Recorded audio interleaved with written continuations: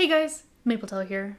Today is my final mural video from the painting I did over the summer for a local music festival. Let's get into it.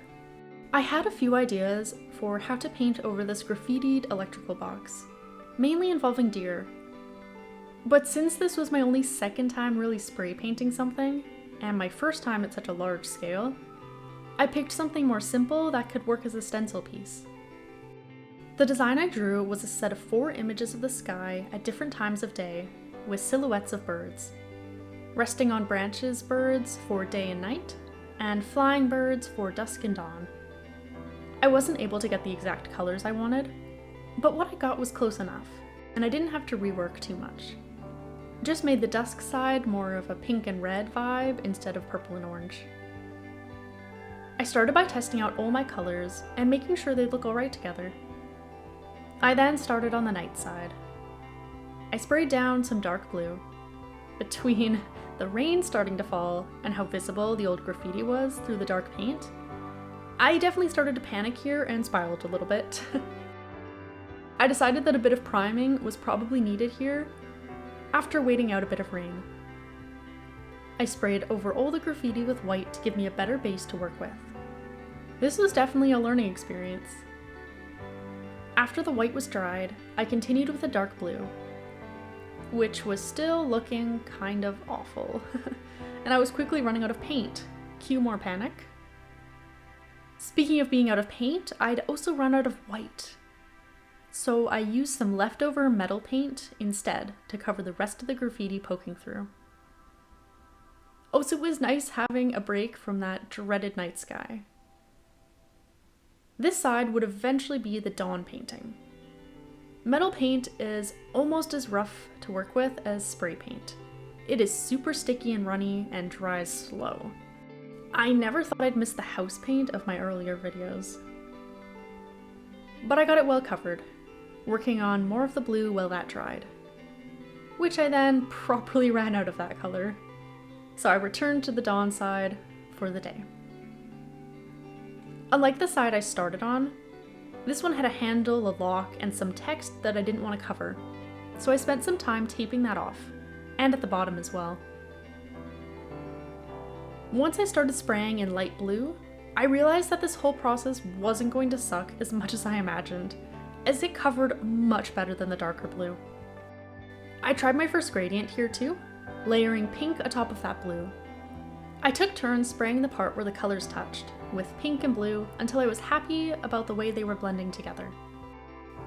I had to do a bit more taping, then added the medium blue, blending that with the pale blue. I was very happy with how this side looked so far, and was actually re-excited about this project now that I knew I wasn't doomed. After that side dried, I added a bit more to the medium blue, just to make it extra solid, then removed all my tape. I added a bit more pink too before moving on. By this time I was ready to tackle the night sky again. I finished up the bit I left empty and did another coat on the whole side.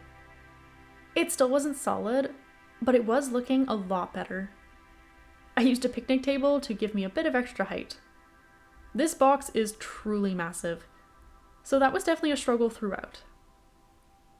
Moving that table with my tiny arms was a huge pain, but nice to get to sit down for a bit. Next up was the dusk side. I lost my first bit of footage as my iPad tipped over in the wind. But in that time I got some colors figured out, spraying pale orange at the bottom and pink in the middle over the yellow and orange that I tried originally that looked a bit trash. I guess I could have just lied here and said I got the colors perfect right away and no one would have been the wiser. Anyways, after moving the table again, I was able to do some more taping and start on the red at the top, working to blend all those colors together a bit. While this wasn't the color combination I wanted, or even my second choice, I actually really like it, and it ends up being one of my favorite sides, though also one of the more stressful ones. I added more layers to all the colors here before I decided that it was as solid as it was gonna get, and removing my tape covers. Next up was the day side, which I sprayed all up in pale blue, the same color I used on the dawn side. After that, I went in for the suns. I tested it on the dusk side. I used a beigeish color, as I was worried yellow would look a bit too extreme. I still added a bit of yellow on top to try, and I was right to worry. I mostly cover it all up, and only used beige on the other two sides. Though it did look like an egg for a minute, which I'm always a fan of. Not the right vibe for this though. I then added the sun to the dawn side after I got my color and shape practice down, and thought it looked pretty great. I sprayed some more light blue on the day side, not feeling like it was solid enough yet, and then added our final sun. The moon had to be done in white though, which as I mentioned, I was very out of, and I didn't want the texture of the metal paint, so I had to wait on painting it for now. So I went for the clouds next. For those, painting with a brush was really the only option unless I wanted to make a lot more stencils, which would have been way more trouble than it was worth. So paint. I have always loved drawing and painting fluffy cartoon clouds. Doing it in this particular paint wasn't as fun, and I was super nervous about drips. But I took my time, and it was worth doing it like that with the end result. I did 3 clouds in various sizes on the day side first, having a couple wrap around to dawn and dusk. For dusk, I did 3 more. It looks so fast, sped up, but it was quite the process, and I had to dip my paintbrush every few seconds with how little paint the brush held. Sticky, runny, annoying paint. I moved to night next, adding 2 more clouds there, and then 4-ish on the dawn side. I love the way that the clouds frame the sun on that final side. Very satisfying to me. And the wraparound clouds make this mural so nice to see in person. Everything flowing together like that as you walk around. The piece was mostly blocked off during the festival, but I hope at least the people working over there got to appreciate it fully. It was finally stencil time. I taped up some of the large pieces of paper and started to sketch out my birds. It is very hard to see the sketches on camera, but they're definitely there. I didn't film me doing the sketching for the other side for that reason. Next up, I added a second coat to all the clouds, which I would soon discover was a blessing and a curse. But at least my clouds looked solid white now. I almost lost the camera to the wind again here, but not quite. I also didn't film my cutting of the stencils as I had no real way to do so without a second person holding the camera, which would have been way too embarrassing and anxiety-inducing. But you can see them as I tape them up. The flying birds are on a single sheet of paper, while the resting birds and branches are on 2. Well, they were. The stencils did not survive this process. I did the flying ones first, just for ease, and on the dusk side, as I liked the dawn one better and was more scared of screwing that one up. It was also still very windy, which did not help anything. This is also where the blessing and the curse of the second coat of cloud paint came to be. Like I said earlier, it takes a hot minute to dry. And even though I took a lunch and stencil cutting break, those clouds were still slightly wet and sticky. Sticky being the important one here. It absolutely had the benefit of helping me hold the stencil in place as I struggled to tape it up in the wind. The bad bit of that being that some of the backside of the paper got ripped off and stuck to the box, which meant more repainting and eventually contributing to the destruction of my stencils. But the positive, and my impatience, outweighed that, so I continued on. I not only taped the corners of the page, but also around the birds to get any bits sticking up down.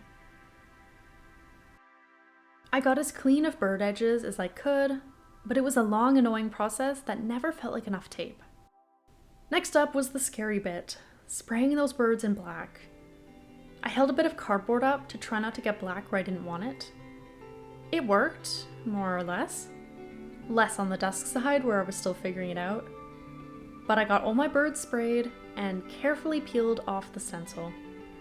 The tape worked a bit too well in some places, making it obvious that I put it in some spots, but overall they looked pretty clean. I would have liked to have fixed the black on the left side under the handle, but I was out of pink. Luckily, I don't think it's too noticeable. Especially from a distance, the mural was looking really awesome in my opinion, so I was pretty happy. Pinning up the second stencil on the day side was awful though. I definitely would have benefited from a second pair of hands or just less wind. I got it up eventually though, taping and sticking it to the clouds to keep it in place. And then I sprayed, a little more carefully, all of the resting birds. I went to fix the clouds too after removing that stencil.